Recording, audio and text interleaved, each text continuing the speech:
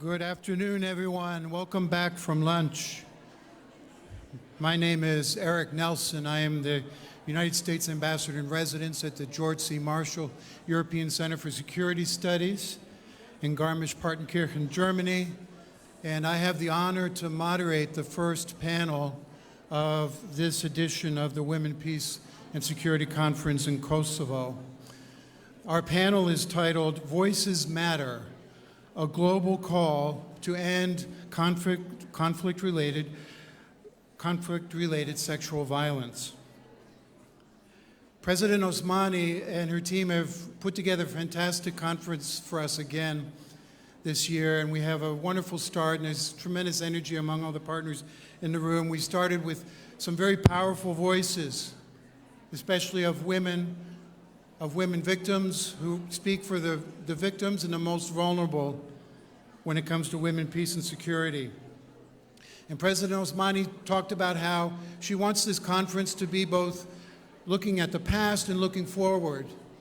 So when we look at the past, we think about the oldest and the most painful piece of women, peace, and security, and that is sexual violence and conflict-related sexual violence, which we're still failing to address adequately. When we look to the future, we're thinking about climate change and all the new challenges that we see on the horizon. So this first panel will be talking about what would a global call to end conflict-related sexual violence look like. So allow me to invite our keynote speaker, Her Excellency Lindita Nicola, the Speaker of the Parliament of Albania. Excellency.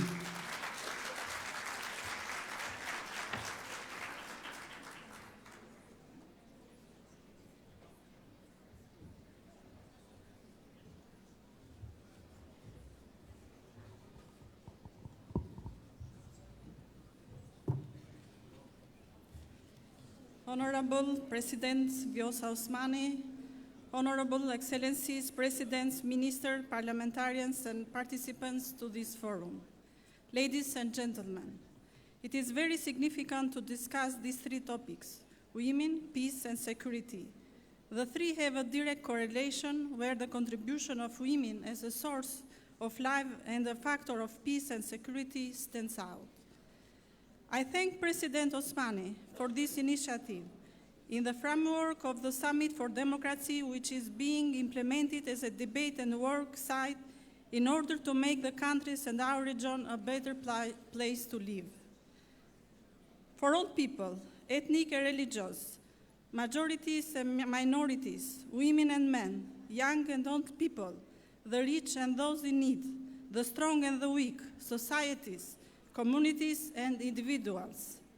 This discussion radiates a strong symbolism taking place in Pristina, the capital of Europe's youngest state and in the very heart of a region, the people of which, due to the past, want and deserve peace and security as much as any other European people, maybe even more. I thank the organizers for the topic they have bravely chosen for this edition of the forum: fight against sexual violence and conflict and its consequences. Protecting women and girls from violence, their life, safety, integrity, and dignity are part of the general security in our societies and our countries. There cannot be safe women in an unsafe region. We cannot live in and enjoy peace if half of the population is threatened or suffers economic, political, social, gender, ethnic, or religious injustice. You can't ever have a safe region if the clouds of war darken or its outskirts in Ukraine, when a woman and children are innocent victims. As I mentioned there, but also in each of our capital where this forum could be held, we are in the heart of the Southeast Europe, or using another term, of the Western Balkans. Our countries for more than 3 decades are experiencing several parallel transforming processes: democratization, transformation to a market economy, globalization, Europeanization towards joining the European family, Atlantic integration, regional integration, and cooperation contribution to peace and security. The greater speed of the Atlantic integration as compared to the European integration process, even though it shows the slower pace of the latter, can also be considered an advantage for our region. Although we should be critical of the fact that the speed towards the European Union is lower than the speed towards NATO, we should appreciate the other side of the equation, that we are moving faster toward NATO than towards the European Union. Actually, NATO has 3 members from the Western Balkans: Albania, Montenegro, and North Macedonia, while none of our 6 countries has joined the European Union yet. No doubt, NATO is a factor of security and peace.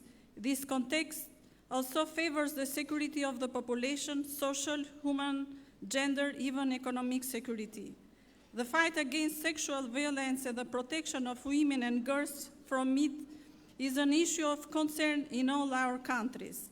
But to win this war, a more visionary and adaptive approach is required compared to the technical solutions that are sometimes given to this issue. Quite a lot is said about representation quotas, about the percentage of the women and girls in institutions, about the individual achievements of many of them in our countries or at a global level. I can affirm that in Albania, 36% of the MPs and 70% of the government members are women. But this is not enough. The efforts we are making to impose society from above, the increase of women and girls' participation in the above spheres of social life, must be combined with the provision of spaces for their development and participation in the economic and family life. Shortening the distance and narrowing the gap between political participation and participation in the economy, markets, and family is the most sustainable way to achieve gender equality, which in turn is an essential condition for avoiding gender-based sexual violence. I also want to inform you that I have tried to incorporate this adaptive approach to gender-based violence in the activities of the Albanian Parliament. Some time ago, I submitted in Parliament an individual legal initiative on the protection of women and girls from violence, which provides the harmonization of legal measures, policies, and institutional changes with the expansion of participation spaces from the bottom up in the pyramid of society, accompanied by a comprehensive education process. Thank you.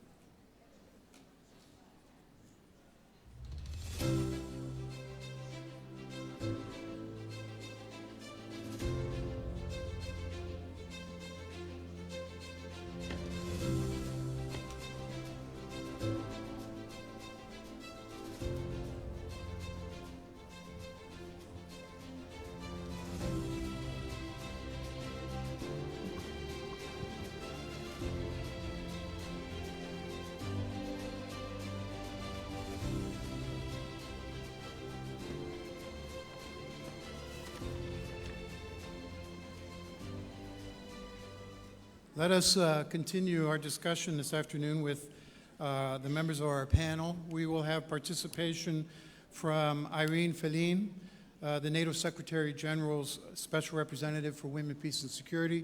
She'll be joining us through a video message. I'd like to also welcome to the stage Her Excellency Ambassador Kate Marie Burns, the Civilian Deputy and Foreign Policy Advisor to the U.S. European Command. Robert Oliphant, the Parliamentary Secretary in the Ministry of Foreign Affairs of Canada.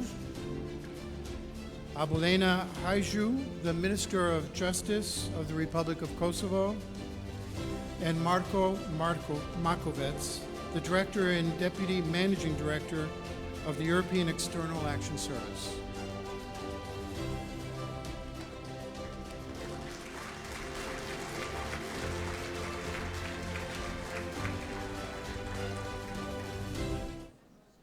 Welcome, panelists. I think we all enjoyed the morning, a lot of energy, a lot of inspiration, think we all came to Pristina for this second edition seeking inspiration, and we'll walk away with a lot of it. For everyone, I think, in this room, women, peace, and security is by now intuitive. We understand why it's important. We understand why it's essential. We understand that failure to include women in peace plans and security plans is a constant point of failure. For you on the panel, I think about how the challenge remains, and for everyone in the room, that it may be intuitive for us, but it's not yet inherent. It's not yet ingrained in our efforts. There are many obstacles, and there are very few people in this room who are satisfied with our progress to date on women, peace, and security. There's so many obstacles to overcome or circumvent. Obstacles like culture, prejudice and inequality and discrimination, resources, data, coordination, but also political will. Because our best efforts always to cooperate and to coordinate and to accomplish our professional missions, especially as public servants, it can often be checked by a limit of political will.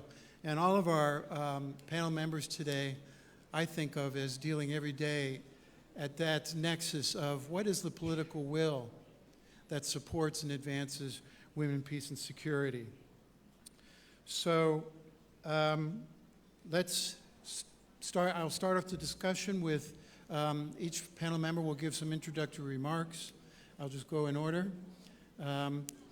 Ambassador Burns, you have deep experience in the region, deep experience in NATO, and I know you have a lot to share about the importance of a civil-military partnership, as well as the importance of NATO's engagement, and as the speaker just reminded us, of NATO's prominence in responding to women, peace, and security. Thank you, Eric, and thank you to everybody who's been here throughout this morning, incredible morning. What an impactful and inspiring start to what we're doing.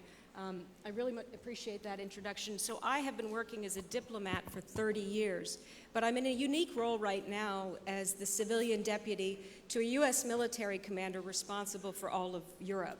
General Cavoli has, of course, a deputy military commander, but he also has a civilian deputy. And the reason being is that our U.S. military, as many of you know and probably appreciate, have a tendency sometimes to look at all problems as a nail. And if you look at all problems as a nail, what do? You apply a hammer as a response.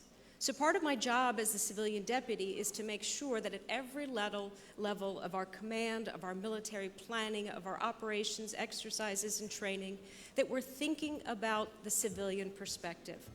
But it's also important to be thinking about the gender perspective, which is why we also have a gender advisor as part of our team at U.S. European Command. And we know that as the problems of the world become even more complex, we cannot apply the old prisms and simply the old lenses to the problem set. This morning has been a powerful start to this day because it has reminded us the role the conflict in Kosovo has played in reminding us that violence and conflict can take place in Europe, in this part of the world.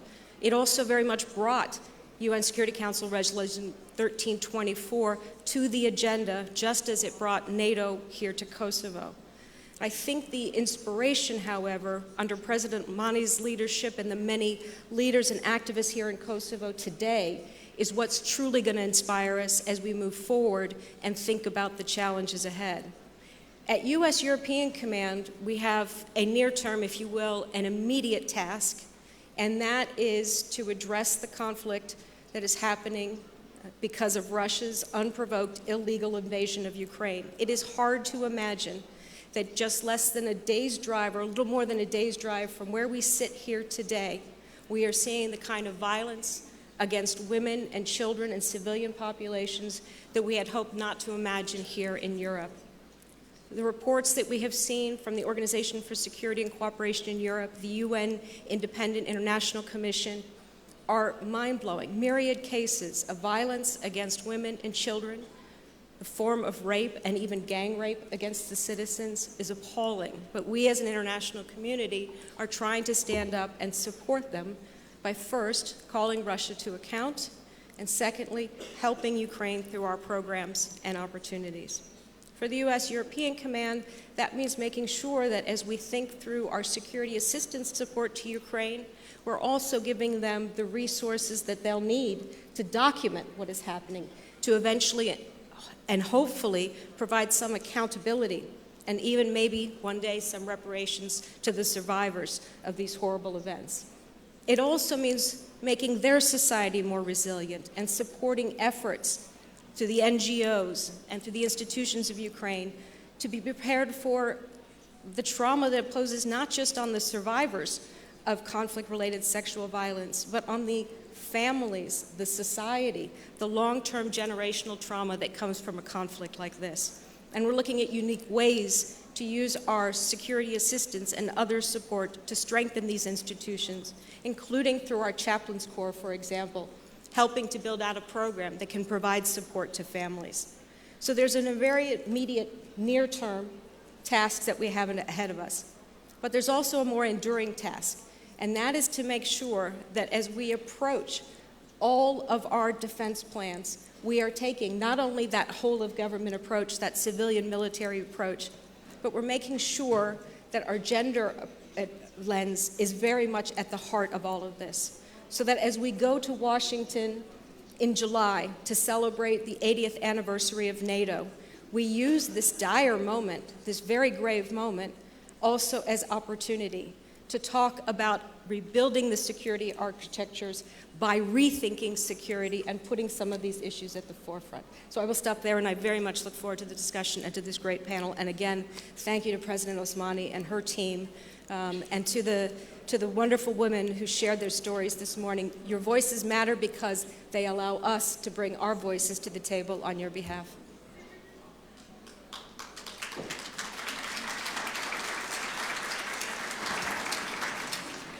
Thank you, Ambassador. Secretary Oliphant, Canada is a proven, long-time advocate and proponent for women, peace, and security. You're now in your third National Action Plan. Tell us about how that is implementing lessons learned for how gender-based violence and CSRV can be better addressed. Thank you very much, and I begin with a very special thank you to President Vjosa Osmani for convening this, but for two other things. For her leadership in Kosovo, bringing this country together in a way that is a model for the world on important topics, but also for her leadership in the world, for her leadership on issues of gender and justice, on crimes of sexual violence in conflict, and in so many other ways. It is really humbling to be in this room today. I am very aware that I am surrounded by experts, both out there and on this panel. I am a politician, and that's sometimes dangerous. I am a politician who comes, however, to this issue with passion, with compassion, and I hope with some insight into how we address these issues, and a few words about how Canada is attempting to play our part in the world on this issue. We start out with the overall principle that everyone has the right, whether they're in Sudan or Ukraine, Israel or Gaza, Kosovo or Canada, to be free from sexual violence, to be free to live their lives as men, women, boys and girls, transgendered people, in safety and in freedom. Last month, Canada did launch our third Women, Peace and Security plan. We began in 2010, and this one will take us to 2029. The difficulty on that is the needle has not moved nearly as much in the world on sexual violence, particularly in areas of conflict, as we would have wanted it to happen. When it comes to this plan, Canada has three priorities. And again, humbly, I want to say that I believe those three priorities were already echoed when we heard the voices of survivors of sexual violence in this morning's session. Very powerful witnesses as we hear their voices. The very first call we heard, and we believe we're acting on it, and our first principle is accountability for perpetrators of sexual violence, and that there is meaningful justice that they can count on in our world. The second one, again echoed by those survivors, is appropriate supports, care, the release from stigma, the engagement in community of an envelope of love that surrounds them. And the third one is to change, to actually begin to look at the systemic reasons that underlie and are beneath the weaponization of sexual violence against women and girls, men and boys, LGBTQ people, and people with disabilities. Those communities have been for centuries victims of sexual violence. And what we have been hearing generally from those survivors is that we need to act, we need to listen, and we need to change. The principles that Canada has chosen to use, and the way we do that, are to do it with humility. Canada is a far from perfect country. We do it with responsiveness. That means listening to victims and being sensitive to the cultures and the context in which this violence is taking place. A sense of coherence, that we need a whole of government approach, but a whole world approach to add some sensibilities to this very complex problem, and trust. We need to move into areas of conflict, gain trust, and use that trust to ensure that we end the violence that is happening even today. Ending impunity, absolutely important, whether that is crimes against humanity, crimes against individuals, crimes that are genocidal. In every sense of the word, we need to ensure that perpetrators are called to justice. We also need to make sure that together we learn best practices of support and engagement for victims. Their voices, their faces, their lives need to be heard and seen by us. And also we need to engage in every tool possible that we can collectively change the systemic issues that are underlying the violence. I want to close with a story of two visits that I did in Kosovo yesterday. I had the advantage of coming in a day early and going to two projects that were funded by the Canadian government in support of civil society in Kosovo. The first was a group of young women who are educating girls in schools about careers in STEM, in science, technology, and the world of engineering, technology, medicine, those academic exercises, to open them up to the possibilities that young girls need to have in their future. Following that, I was really honored to visit Frida Rashidi at her center, which is dealing with the victims of torture. And I began to look at this problem from both the future and the past. Those young girls who are ambassadors, opening up possibilities for women in our world, will change the attitudes of men and society profoundly. Sexual violence in war does not start at conflict. It starts in homes. It starts in villages and cities and communities. It starts when women are considered lesser beings than men, when we're able to objectify them and not allow them to have full potential to live their lives in the world. These young Kosovar ambassadors are changing their lives and the lives of young women and girls in this country, and we're learning from them. We also need to care for the past wounds and hurts of those who have been victims, so that their future is as bright as anybody.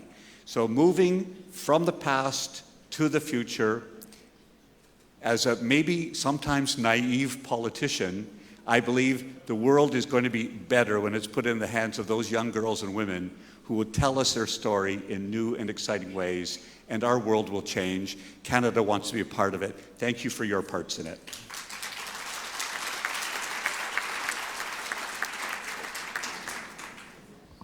Thank you Secretary Oliphant, you introduced several important themes that our next panelist, I think, is especially well positioned to respond to. The idea of gaining trust devolves greatly to the accountability that's needed in gender-based violence, the linkage between domestic violence and conflict-related sexual violence, the need to listen to victims and the vulnerable.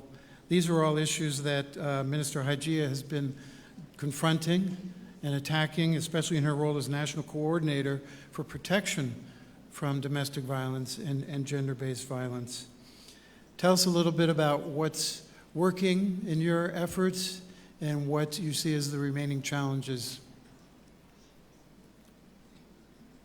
Thank you very much, Ambassador.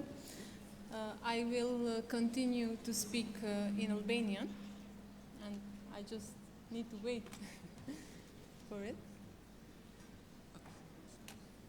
Just maybe you can tell me, is everything okay with the translation?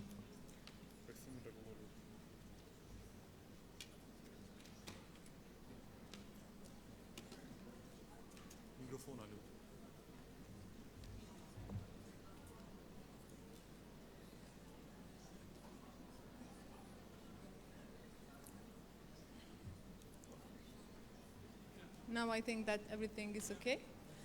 Atëherë më lejoni që së pari të përshëndes këtë organizim të zonjës presidente, presidentës Vjosa Osmani.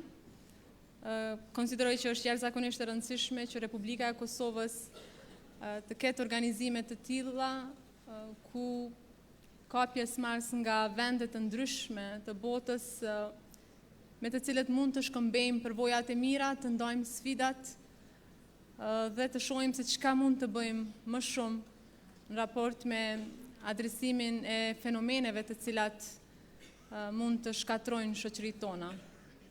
Më lejoni që të përshëndes të pranishmit po ashtu, ministra, deputet të vendeve të ndryshme, përfaqësues të institucioneve, gjithashtu organizatave të shoqërisë civile, dhe medjave të cilat po e përcjellin këtë organizim të rëndësishëm.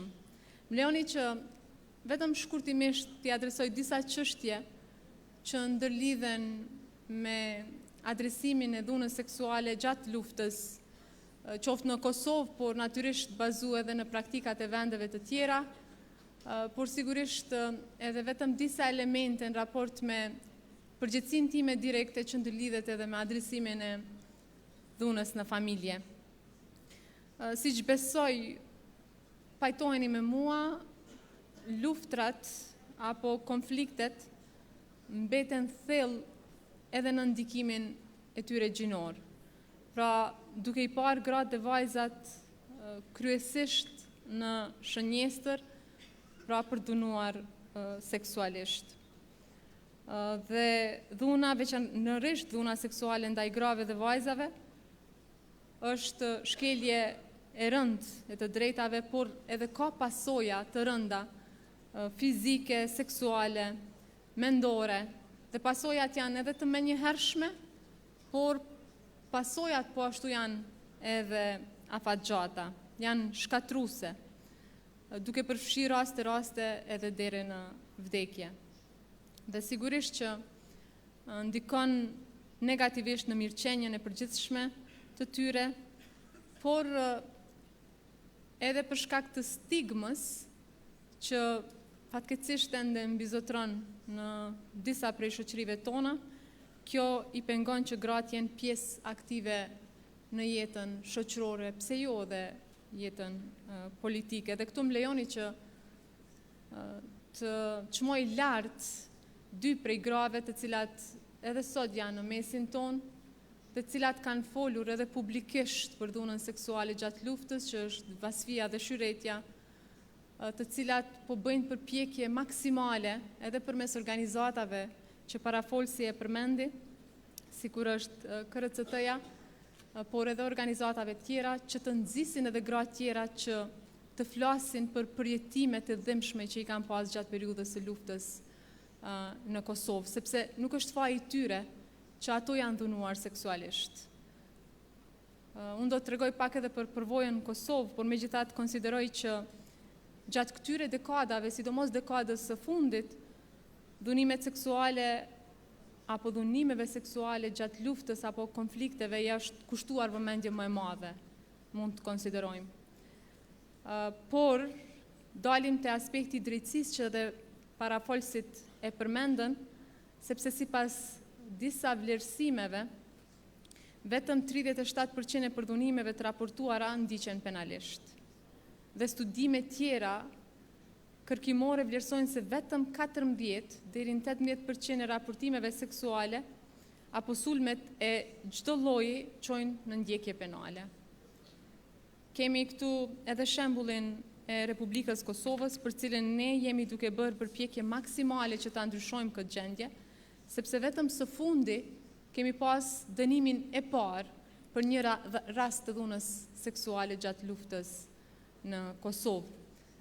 Së fundi kemi miratuar edhe ndryshimet për gjykimet në mungesë, sepse kriminalët e luftës, kriminalët që kanë bërë dhunime seksuale gjatë luftës, janë në Serbi, enden të lirshëm në Serbi, dhe Serbia nuk i dorëzon ata. Prandaj ne kemi qenë të detyruar që të bëjmë mundësimin pra që këto krime të hetohen, të gjykohen, por duke qenë që Serbia nuk i dorëzon kriminalët e luftës, kemi mundësuar gjykimin në mungesë, dhe tashmë institucionet tona të drejtësisë kanë nisur që ta zbatojnë gjykimin në mungesë për krimet e luftës.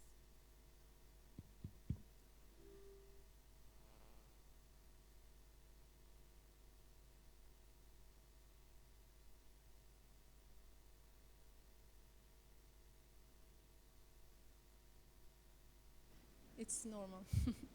Now it's okay, I think. Sa i përket kontekstit të rajonit, për shembull vetëm nëse marrim parasysh luftrat në Ballkanin Perëndimor.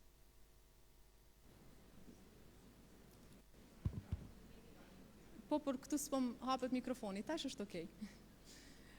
Nëse marrim parasysh kontekstin nga Ballkani Perëndimor, shohim se në rajon kemi mbi 44.000 të dhunuar, përfshirë këtu Bosnjën, përfshirë Kroacinë, përfshirë edhe Kosovën.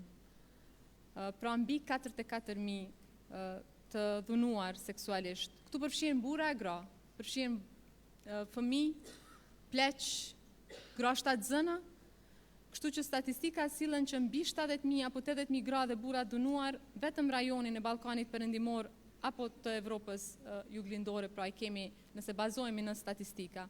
Dhe ende nuk kemi pas asnjë gjykatë ndërkombëtare që i ka dënu kriminalët për këto krime.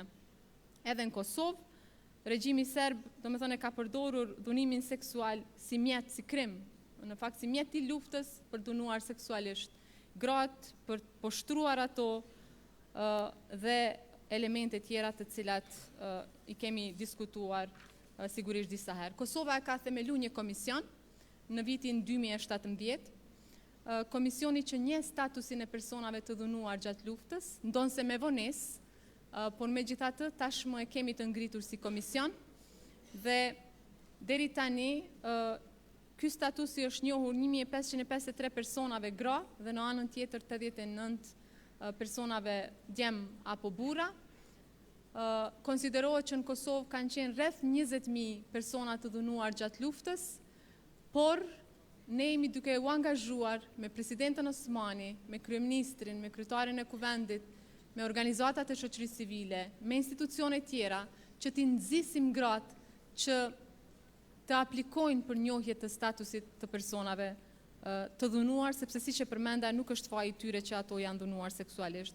Sigurisht që unë nëse kam hapësirë do të flas edhe për veprime tjera që kemi ndërmarrë, ndërsa në raport me dhunën familje, sepse duke qenë edhe koordinatore nacionale kundër dhunës në familje, vlerësoj që kemi bërë angazhim të madh në këtë drejtim, por edhe për kundër faktit që jemi angazhuar, kemi miratuar ligje, kemi fuqizuar dënimet, kemi shtuar dënime për persona të cilët pra shpallen fajtor për dhunë në familje, konsiderojmë që kemi ende punë për bërë në këtë drejtim, por së fundi ne kemi marrë masa të ashpra ndaj dhunuesve, sikurse edhe kemi adresu programe për viktimat, për rehabilitimin e viktimave, sikurse edhe për rehabilitimin e dhunuesve, sepse interesi joni është që një person I cili buan dënimin për krimin që ka bërë të kthehet në shoqëri si person I përgjegjshëm. Po ashtu jemi duke u përpjekur që ta zbatojmë masën për punësimin e viktimave të dhunës në familje, që e kemi marrë së fundi, por së fundi ne kishim një rast shumë të rëndë të vrasjes të femicidit dhe rastet që ndodhin na bëjnë të qartë që pavarësisht përpjekjes tonë, vullnetit të madh që kemi në këtë drejtim si asnjëherë më parë, kemi ende shumë punë për bërë, që Kosova të jetë një shtet ku qytetarët dhe veçanërisht vajzat dhe gratë nuk diskriminohen, ku respektohet dinjiteti I tyre dhe ku nuk konsiderohen si objekt nga partnerët apo bashkëshortët e tyre. Unë do t'jem e hapur që të përgjigjem edhe në pyetje tjera, por për shkak të kohës po e ndërpres fjalën time këtu. Faleminderit I nderuar ambasador.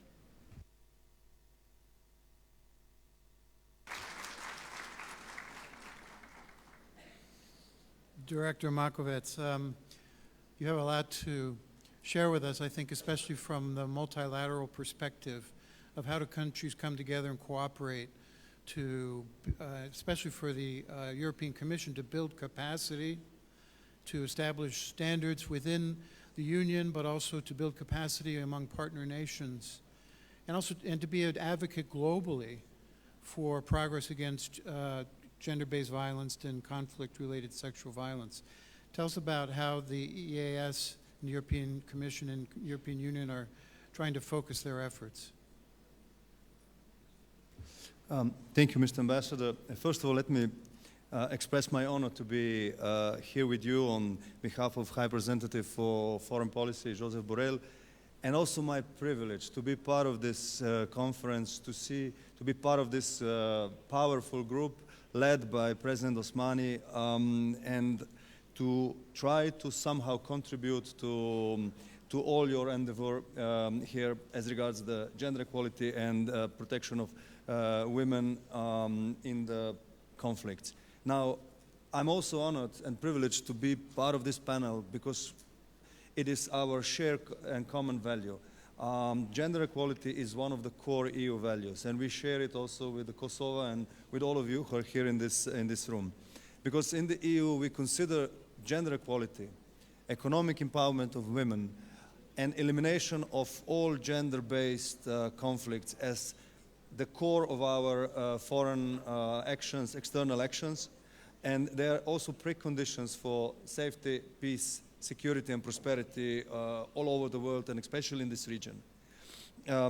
We therefore promote gender equality as part of our main policies, and by doing that, we are trying to do three things which are all combined together. One is the gender mainstreaming, targeted actions, and political dialogue.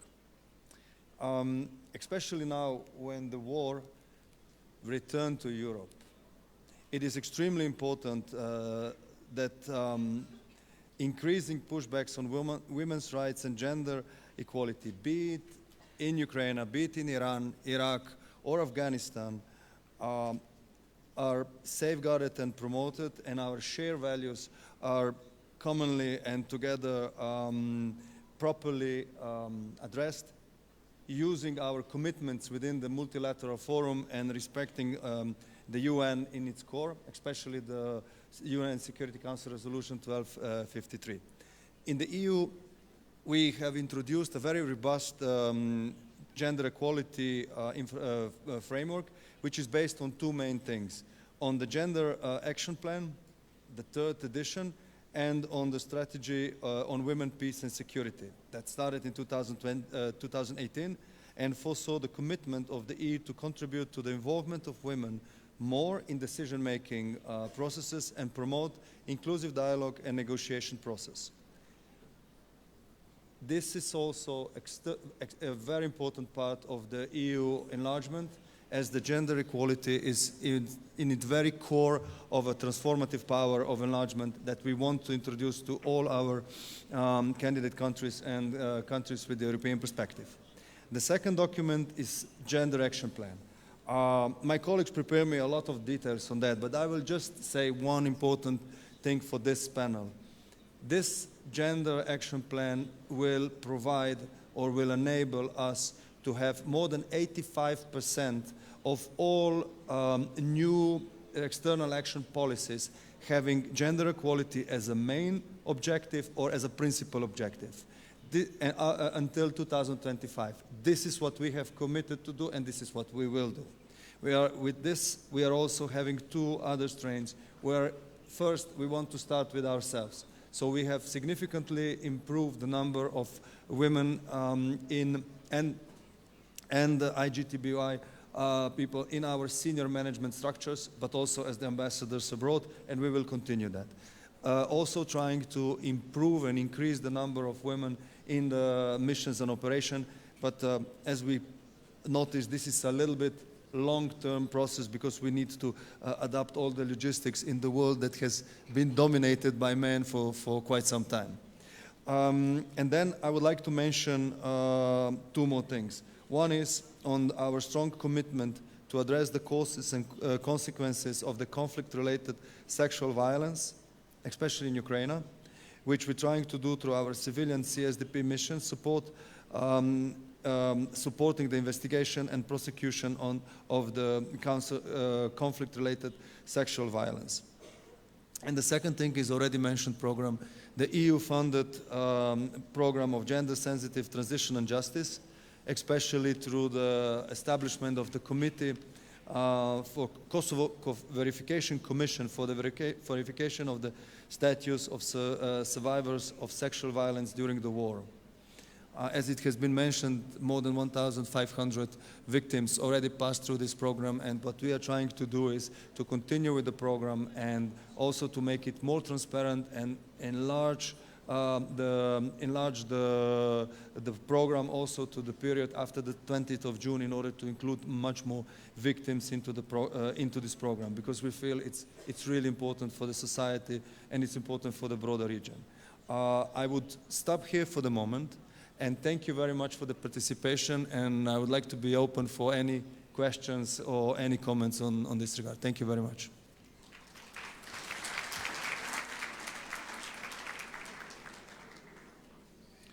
Kate, I'd like to come back to you for some follow-up.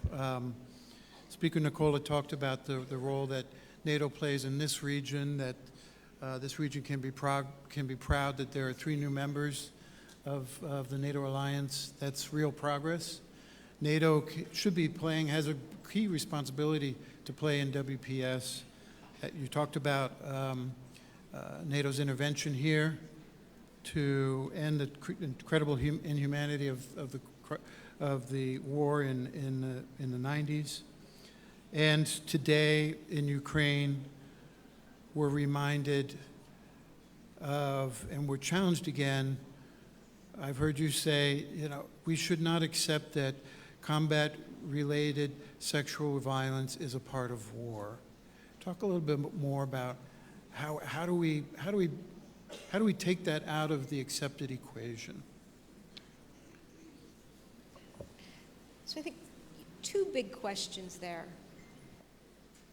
One, I think we need to be very candid and have frank conversations about what we're seeing, and make sure that the documentation, the evidence that's being reported about the crimes committed in Ukraine are not compartmentalized as just the responsibility of those responsible institutions. We all have a duty as governments, as institutions, to make sure that it is part of our thinking. So again, as I look across U.S.-European Command and we think about the kinds of security assistance and training that we're providing to the Ukrainian armed forces, we're also making sure that the tools we're giving them will help them document their process and the crimes that are being committed and the evidence to support what's happening in the international community. Because at the end of the day, the Ukrainian government should be able to provide that accountability on behalf of its own citizens with our support. So we have to rethink the way we approach everything. We have to ensure that in all of our training programs,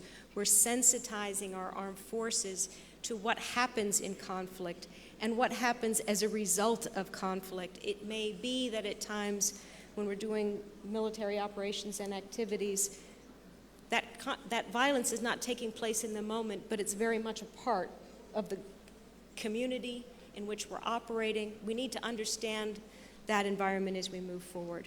But we also need to focus on the institution, back to your point about much of this being intuitive, but not inherent. I think we've all, I hope at this point, accepted, digested, and embraced the principles that are spelled out in 1325. But we still have a lot of work to do to make sure that the processes and the way our institutions and our programs operate change and incorporate that into our bloodstreams, into our muscle memory. In the military environment, we talk about rehearsing for the war that we're going to fight. Well, we have to make sure that as we build our defenses for the future, we're thinking about this across the spectrum.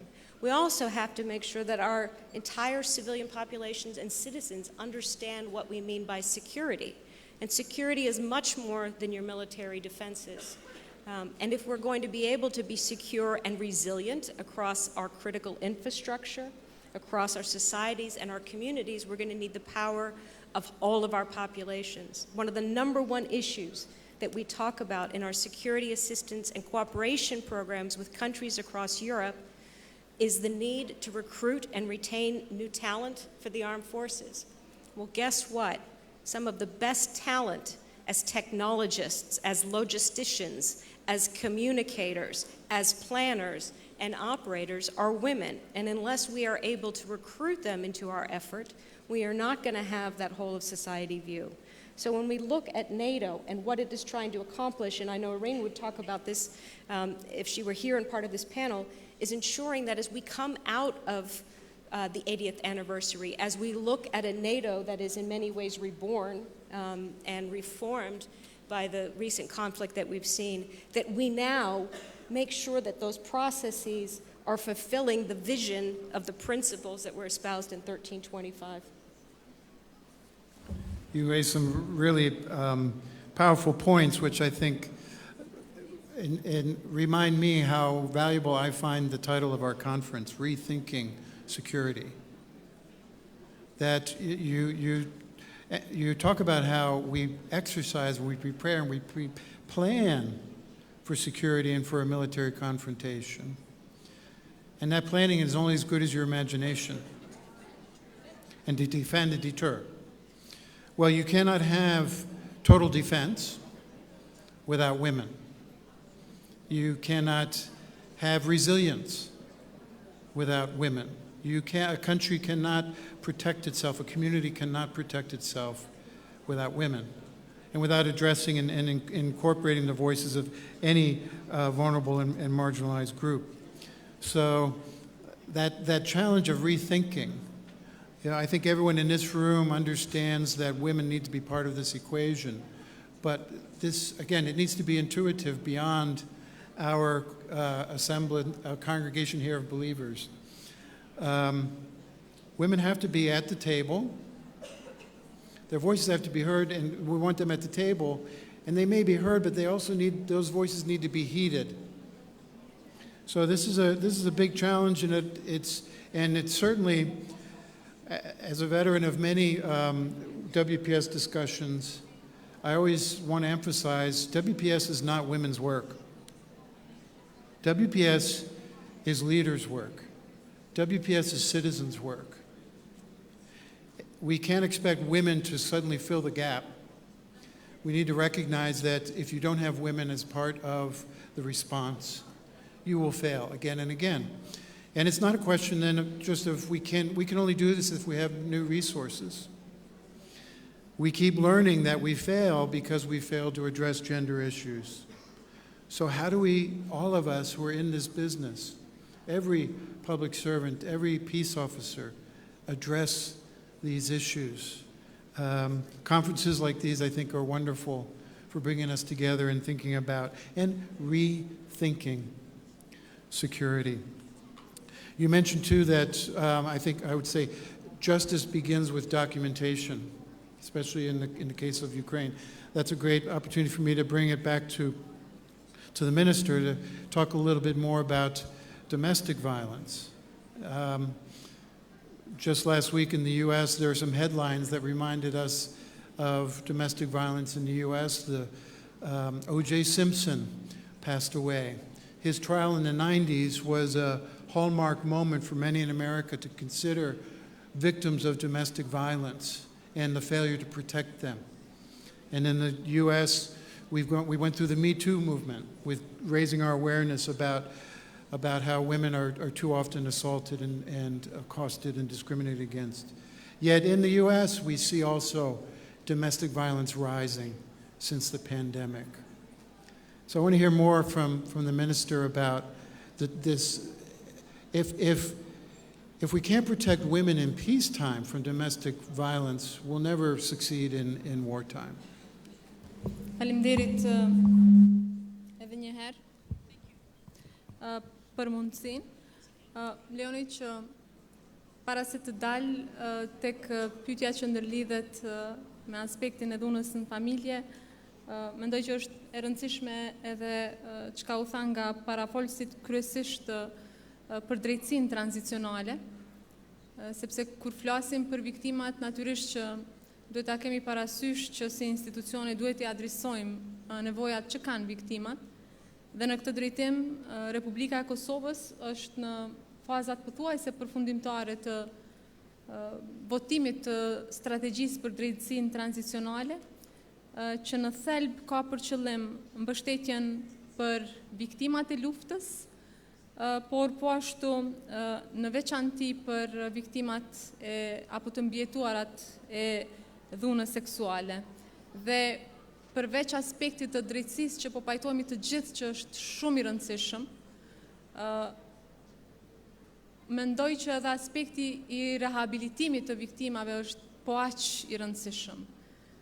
Sepse është e papranueshme që të lejojnë viktimat që të vazhdojnë jetesën me dhimbjen shpirtërore që i përcjell në vazhdimsi. Prandaj strategjia për drejtsinë tranzicionale adreson edhe zhvillimin e programeve rehabilituese për të mbjetuarat e dhunës seksuale gjatë luftës, por edhe fuqizimin e institucioneve tjera që t'i dalin në ndihmë viktimave apo të mbjetuarave të dhunës seksuale.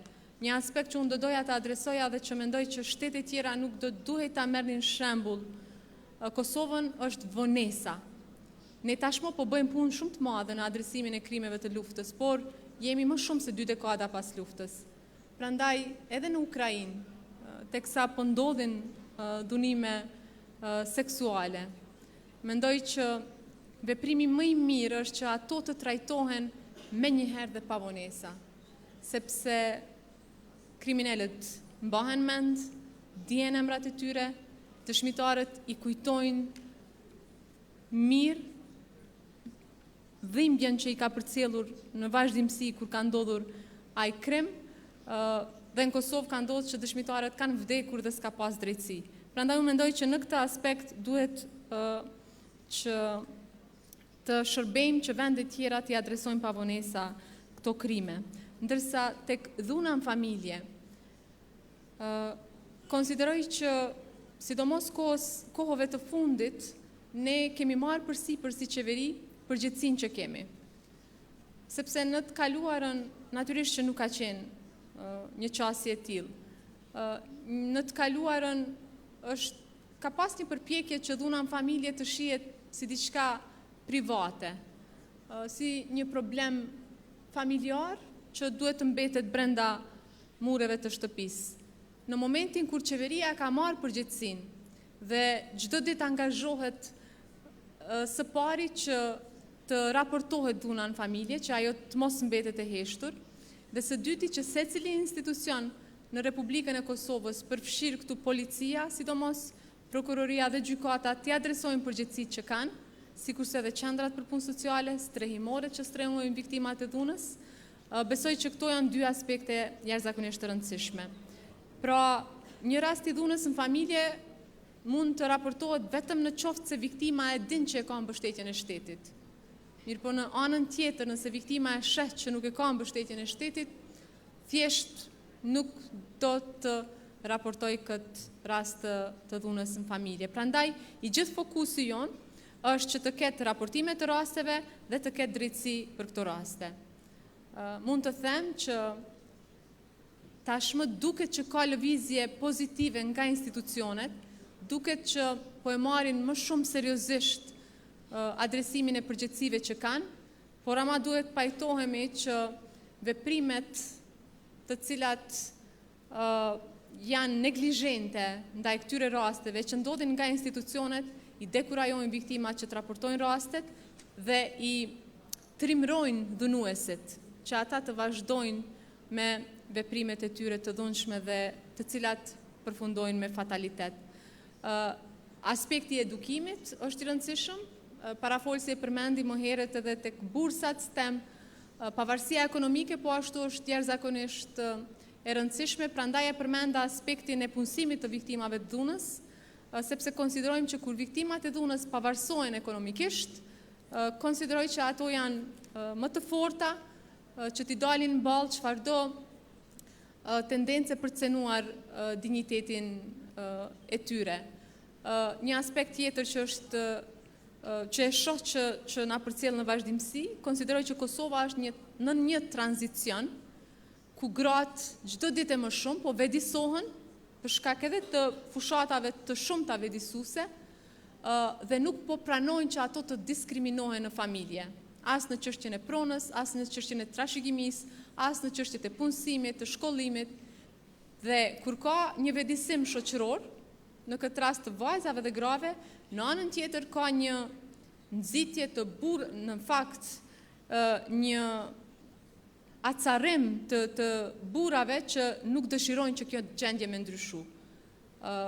Pra dëshirojnë që gratë t'i mbajnë si pronë të tyre, prandaj edhe kemi raste të dhunës në familje. Për shembull, pandemia që u përmend, në pandemi e kemi parë se sa shumë janë rritur rastet e dhunës në familje. Dhe ku gratë kanë qenë të detyruara që të largohen nga ambientet e dhunshme dhe të shkojnë të gjejnë strehim në strehimore. Pra, edhe njëherë po kthehem që kemi shumë punë për të bërë, por është e rëndësishme që qeveria ka marrë përgjegjësinë që ka dhe kur qytetarët e dinë që nivelet më të larta të institucioneve po punojnë në këtë drejtim, unë jam e bindur që kriminalët nuk do të na mundin, ndonse nganjëherë dëshpërohemi për shkak të rasteve që ndodhin, mbështetemi për muri, megjithatë konsideroj që do të arrijmë që ta fitojmë edhe këtë betejë, prandaj konsideroj që është e rëndësishme që të ndajmë edhe përvojat më të mira në këtë drejtim. Faleminderit.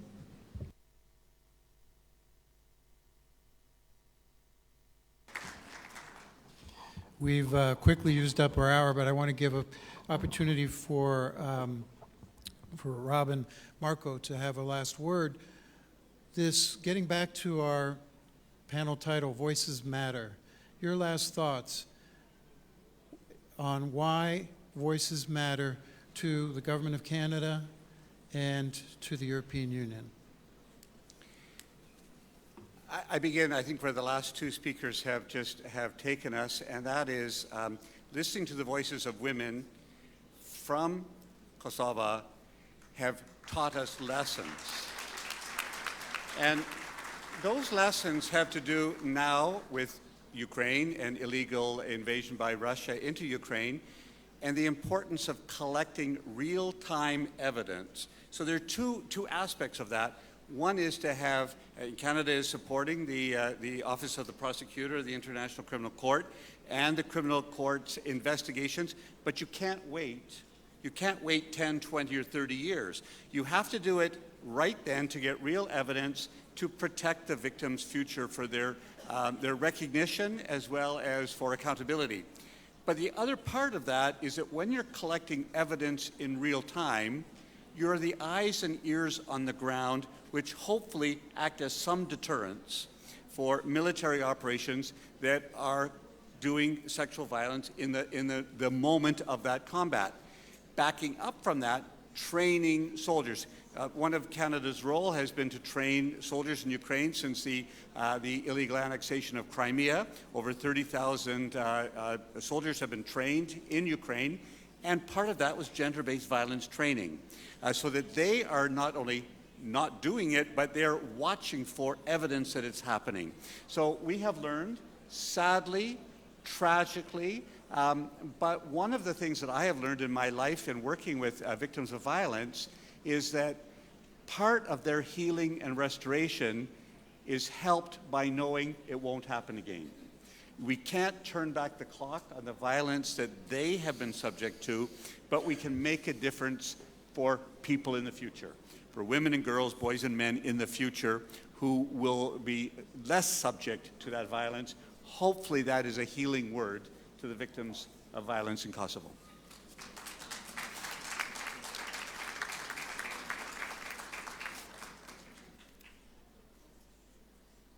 Marco, last word to the EU. Your voice matters. Thank you very much, Mr. Ambassador. Let me just say two things before I finish. First of all, I'd like to extend what you have said on the women, peace, and security, and I'd like to say it's a state of mind. Once we come to this state of mind, we would realize the whole potential and the full potentials of women in our societies and broader. Just to say that, and why it matters in Kosovo, because we see Kosovo as a very vibrant community, a country and a community with a lot of potentials that is growing, that is developing. So now giving the opportunity to start and to empower women and to give them the right role in this moment means that for the next generation we will build and you will build very strong fundamentals for, first of all, for protection of women, but also for giving the full potentials of your society and country. And in one sentence, the EU is absolutely focusing on educating and training of armed forces, but also of civil society as regards the human rights and protection of women. We have some progress financed in Mozambique, then especially in Central African Republic. We've done a lot in Afghanistan, in Iraq, in Georgia, especially in Ukraine, where in Ukraine, the European Union has a really, really comprehensive approach.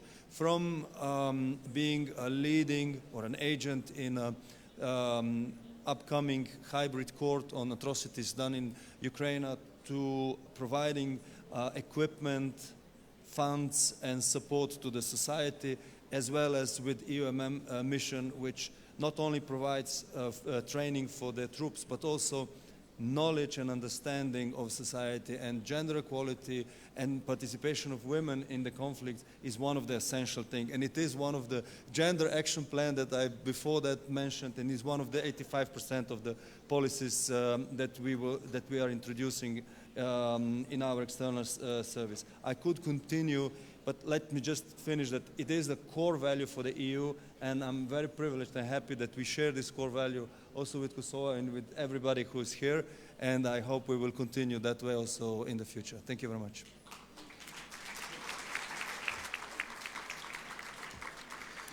We're out of time, so please join me in thanking our distinguished panel to help us think about how we need to rethink security. Thank you.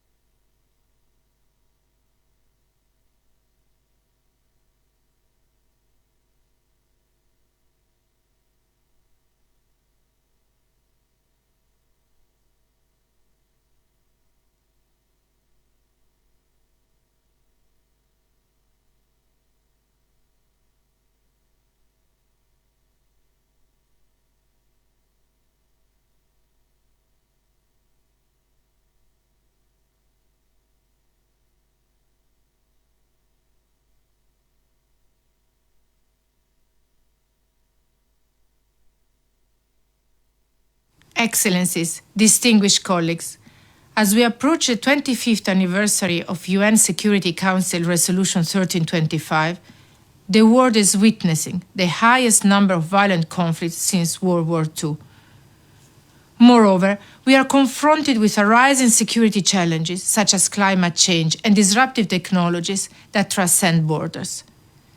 Thank you for inviting me to this year's Women, Peace and Security Forum. I sincerely regret not being in person, as this forum comes at a crucial time, given the growing urgency to